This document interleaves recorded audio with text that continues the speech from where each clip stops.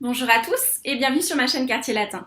Aujourd'hui on se retrouve pour parler du livre 6 de l'Énéide, qui est au programme du bac de latin pour ceux qui ont choisi l'aspect latin. Le livre 6 correspond à la catabase, c'est-à-dire la descente aux enfers d'Énée. Replaçons les choses dans leur contexte. L'Énéide est composée de 12 livres, ou 12 chants, et ils sont généralement divisés en deux parties. Une première partie des livres 1 à 6 qui raconte les voyages d'Énée, qui part de Troie pour aller jusqu'en Italie, et qui s'arrête notamment à Carthage puis en Sicile. Et la deuxième partie correspond davantage à des récits guerriers, puisqu'on a le récit des combats qu'Énée va devoir mener pour pouvoir fonder le royaume de Lavinium dans le Latium. Cette structure en deux parties fait écho à l'Iliade et l'Odyssée d'Homère. On a, mais en miroir, une partie tout d'abord qui correspond au voyage et une partie qui correspond à la guerre. Alors, avant d'analyser le livre 6 qui nous intéresse, rappelons rapidement ce qui s'est passé dans les livres précédents. Donc des livres 1 à 4, Énée est à Carthage où il s'est échoué avec ses compagnons et il rencontre la reine Didon qui tombe tout de suite très amoureuse d'Énée. Et Énée lui raconte son passé, ses différents périples, depuis la guerre de Troie jusqu'à la mission divine dont il est investi, puisqu'il doit maintenant fonder une nouvelle Troie en Italie, dans le Latium. Jugeant qu'Énée tarde un peu trop à Carthage, Mercure va intervenir. On a une intervention divine, et Mercure explique à Énée qu'il doit reprendre la mer. Didon se sent abandonnée, elle est très très triste, et elle va aller jusqu'à se suicider par amour. Dans le livre 5, ensuite, on apprend qu'Énée et ses compagnons se sont échoués en Sicile. On a une autre intervention divine, puisque Junon, qui déteste Énée, va attiser la lassitude des femmes, et les femmes vont mettre le feu au navire pour pouvoir s'établir en Sicile et ne plus avoir à reprendre la mer. Heureusement pour Énée, Jupiter va intervenir, il va provoquer une pluie qui va sauver les navires. Alors il faut savoir qu'il y a beaucoup d'interventions divines dans l'Énéide. Par exemple, Junon est hostile à Énée pour plusieurs raisons. La première raison, c'est qu'elle a du mal à digérer une vieille histoire de concours de beauté où le Troyen Paris avait décidé que la plus belle des déesses était Vénus et non pas Junon. Junon a donc une dent contre les Troyens. Une autre raison est que Junon est la déesse protectrice de Carthage, donc c'est sa ville chérie, et elle ne peut qu'être contre la fondation de Rome, puisqu'elle sait que Rome est la cité qui va détruire Carthage lors des guerres puniques. Elle est donc en train d'essayer de ralentir Énée pour essayer de stopper la fondation de cette cité rivale. Une autre déesse qui intervient souvent est bien sûr Vénus. Il s'agit de la mère d'Énée qui cherche à le protéger. Toujours est-il que, suite à cet incident des navires qui ont pris feu en Sicile, Énée va restreindre la liste de ses compagnons. Il ne va plus voyager qu'avec le noyau dur de ses amis. Et c'est à ce moment, à la fin du livre 5, qu'apparaît le fantôme d'Anchise qui explique à Énée qu'il faut qu'il aille voir la Sibylle de Cume afin qu'elle lui explique comment se rendre en enfer. Et en enfer, Anchise pourra avoir une plus longue discussion avec son fils Énée. C'est donc ce qui se passe au livre 6. Au livre 6, Énée va aller voir la Sibylle de Cume qui lui explique comment descendre aux enfers. Elle lui explique notamment qu'il lui faut cueillir un rameau en or dans une forêt très sombre et que ce rameau se laissera cueillir si c'est bien sa destinée de descendre aux enfers. Ce rameau en or assez mystérieux est un cadeau pour la reine Proserpine, la reine des enfers, afin de pouvoir circuler librement dans les enfers. Il faut faire ce cadeau. Une fois le rameau en poche, Énée et la Sibylle descendent dans les bas-fonds de la terre. Vous connaissez tous le passage. Ibant obscuri sola sub nocte per umbram, perque domos ditis vaquas et inania regna, quale per incertam lunam, sub lune maligna, etc. On va traduire ensemble. Donc ibant obscuri, ils allaient obscurs, sola sub nocte, sous la nuit solitaire, per umbram, à travers l'ombre, perque domos ditis vaquas et inania regna, et à travers les demeures vides et les royaumes déserts de Pluton. Quale est iter, là il faut aller chercher un peu dans le deuxième vers, tel qu'est un voyage, in sylvis dans les bois, per incertam lunam par une lune incertaine littéralement, sub luce maligna, et sous une lumière maligne, douteuse, faible. Hein. Ensuite, ubi caelum condidit umbra Jupiter, donc le nominatif c'est Jupiter, ou Jupiter condidit à cacher caelum le ciel, umbra par l'ombre, et rebus nox abstulit atra colorem, donc ou nox atra la nuit noire, abstulit à dérober colorem la couleur, rebus aux choses. Hein. Donc, et où la nuit noire a dérobé aux choses leur couleur. S'ensuit alors une description des enfers, et au seuil des enfers, on voit tout d'abord des allégories, comme les chagrins, les remords, la vieillesse, la maladie, ou encore la faim ou la guerre. Il y a aussi des monstres, donc on voit les centaures, mais aussi l'hydre de Lerne. Puis on arrive devant le fleuve des enfers, l'Achéron, et là tout le monde ne peut pas traverser. En effet, les âmes des morts qui n'ont pas été ensevelis selon les rites religieux sont condamnées à errer 100 ans autour des rivages avant de pouvoir traverser dans la barque du nocher Charon. On peut citer Centum errant annos, donc ils errent 100 ans, volitantque et ils voltigent, ils volent ça et là, aec litora circum, autour de ces rivages, tum demum admissi, alors enfin admis, revisunt, ils reviennent voir, stagna exoptata, les étangs désirés. Alors, Énée, lui, va réussir à traverser, notamment parce qu'il montre à Charon ce fameux rameau en or qu'il a bien cueilli. Donc, il explique aussi, la Sibylle explique au nocher qu'Énée n'a pas de mauvaises intentions, il fait tout dans les règles et il veut juste aller parler à son père. De l'autre côté du fleuve, le tableau est tout d'abord assez effrayant puisque la première chose qu'on voit, c'est le monstre Cerbère. Alors la Sibylle qui accompagne Énée va l'amadouer en lui lançant un petit gâteau avec une bonne dose de somnifère. Alors je vous propose de traduire le passage. Kerberus haec ingens latratur regna trifaoci personat. Donc le sujet c'est Kerberus ingens, l'immense Cerbère.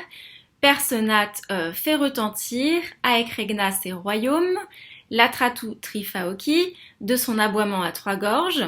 Recubans imanis, c'est posé en épithète de Kerberus, hein, donc couché, littéralement, recubens, étant couché, monstrueux, imanis, in antro adverso, sur la grotte d'en face. Alors, qui wates orere videns iam cola colubris, donc wates la prophétesse, videns iam voyant déjà cola ses coups, hein, puisque comme il a trois têtes, il a trois coups, ses coups auraient se dresser colubris de couleuvre, obiecit qui elle lui jette, hein, elle jette à lui, aux femmes soporatam, une boulette rendue soporifique, mêlée grâce au miel, et medicatis frugibus, et à des graines médicinales. Hein, grâce au miel et grâce à des graines médicinales. Alors au fur et à mesure que l'on avance sur le fleuve, on voit d'autres apparitions. On voit par exemple les morts prématurés, donc par exemple les enfants qui sont morts beaucoup trop tôt, ou alors ceux qui ont subi une injuste condamnation, les innocents. On voit aussi juste ensuite Minos, donc le juge des enfers, hein, qui tient l'urne. Et un peu plus loin, il y a les suicidés qui restent là dans ce coin. Puis le champ des pleurs. Alors le champ des pleurs, c'est là où l'on trouve tous les amoureux tragiques. Et Énée va revoir Didon. Vous vous souvenez, la reine de Carthage qu'il avait laissée dans le livre 4. Alors Énée va essayer de s'excuser, hein, de parler à Didon, puisqu'il comprend qu'elle est morte à cause de lui, puisqu'elle est morte de désespoir suite à son abandon. Mais Didon va refuser de lui parler, elle va l'ignorer, lui tourner le dos, et en fait elle est désormais très heureuse, puisque dans le champ des pleurs, elle a retrouvé son premier mari, Psyché, qu'il aime et dont elle est très amoureuse. Alors, on peut traduire un extrait du discours d'Énée face à Didon. Funeris eu tibi causa fui, donc fui j'ai été, tibi causa pour toi la cause, funeris de la mort, eu hélas, persidera iuro je jure par les étoiles, per superos par les dieux supérieurs, et si qua fides telure subima est, et s'il est quelques garanties, hein, s'il subsiste quelques garanties telure subima sous la terre profonde, Donc il pourrait aussi jurer sur les dieux inférieurs, hein, s'il y a des garanties en enfer. Eh bien, qu'est-ce qu'il jure? Que si j'ai quitté, hein, je suis parti tuo delitore de ton rivage, invitus malgré moi, regina au vocatif, reine. Alors, suite à cette entrevue ratée avec Didon qui refuse de lui parler, Énée va poursuivre son chemin. Et là, il y a deux voies possibles. À gauche, le Tartare et à droite, les Champs-Élysées. Alors, pour le dire plus vulgairement, il a le choix entre le paradis et l'enfer, hein, sachant que dans l'Antiquité, les enfers avec un S, en fait, c'est le tout, c'est l'ensemble du paradis et du Tartare. Donc, pour reprendre le bon vocabulaire de l'Antiquité, les Champs-Élysées et le Tartare. Alors ici, la Sibylle va annoncer à Énée sa destinée dans l'au-delà. Hein. Elle lui explique que c'est un homme bien, un homme pur, et que du coup, il n'a pas le droit d'aller dans le Tartare. Par contre, il est admis aux Champs-Élysées. Et ça tombe bien puisque son père Anchise est lui aussi aux Champs-Élysées. Alors, je vous propose de traduire rapidement. Nullifas castos sceleratum insistere limen. Il n'est permis à nul homme pur de s'avancer sur le seuil infâme, le seuil des crimes. Donc, Énée part donc à droite. Alors, il va commencer par aller déposer son cadeau, hein, ce rameau doré, devant le palais des enfers. Et il part ensuite sur les Champs-Élysées. Et il rencontre son père qui se lance dans une longue discussion avec lui. Et son père va lui expliquer notamment comment se passe l'au-delà, comment ça s'organise. Il lui explique notamment les principes de la métempsychose, c'est-à-dire que les âmes vont pouvoir réincarner d'autres corps ensuite. Anchise commence par expliquer que toutes les âmes sont originaires d'une âme commune, l'âme de l'univers, et que nous n'en possédons qu'une seule partie de notre vivant qui est du coup enfermée dans notre corps, emprisonnée et du coup souillée par le corps. Donc l'idée, une fois arrivée dans les enfers, c'est que l'âme va se purifier, elle va chercher à expier toutes ses impuretés, et une fois de nouveau pure, elle va pouvoir retourner dans un nouveau corps, dans le monde des vivants. Alors on peut traduire un passage, ergo exercentur poenis, donc le sujet ce sont les âmes, hein. Donc elles sont tourmentées, poenis, par des châtiments, veterumque malorum supplicia expendunt, et elles expient, elles paient supplicia les supplices, veterumque malorum de leurs anciens maux, alia pendantur inanes suspensae adventos, donc certaines, d'autres, certaines, penduntur sont exposées littéralement, ad ventos inanes au vent vide, suspensae suspendues. Alice pour d'autres, subgurgite vasto infectum eluitur scelus, infectum scelus, le crime imprégné littéralement, donc le crime qui les imprègne, qui les infecte, eluitur est lavé, subgurgite vasto, sous le gouffre désert, donc dans le Tartare, out exoritur igni, ou est détruit par le feu, hein, ou littéralement est brûlé par le feu. Quisque suos patimur manes, chacun nous subissons nos manes, ici man au sens de châtiment, nos châtiments après la mort. Exinde de là, per emplum mitimur elysium, donc de là mitimur nous sommes envoyés, à travers le vaste Champs-Élysées, le vaste Élysée, et paoki laeta arwa tenemus, et peu, en petit nombre, nous occupons les champs heureux. Anchise va ensuite montrer à son fils un attroupement d'âmes près du fleuve Lété, et il explique à Énée ce qui se passe. As omnes ubi milerotam volvere peranos laeterum ad fluvium deus evocat. Donc, as omnes, ces âmes, hein, toutes celles-ci, eh bien, deus evocat, un dieu les appelle, ad fluvium laetaerum, près du fleuve Lété, hein, ubi milerotam volvere peranos, quand elles ont tourné la roue pendant 1000 ans, littéralement. Donc ça veut dire quand 1000 ans se sont écoulés. Alors il les appelle agmine magno, en grande troupe. Il y a un attroupement. Scilicet immemores supera ut convexa ruisante, afin qu'elles reviennent voir les voûtes supérieures, immemores oublieuses, hein, puisque quand on boit l'eau du Lété, on devient amnésique. Continuons. Rursus et incipiant incorpora velere verti. Et afin que Rursus de nouveau, incipiant, elle commence à vouloir retourner dans des corps. Velere verteri incorpora. Vous l'avez compris, avec le principe de la métempsychose, les âmes des défunts sont amenées à revivre. Ce qui veut dire que les descendants d'aînés sont en toute logique déjà aux enfers.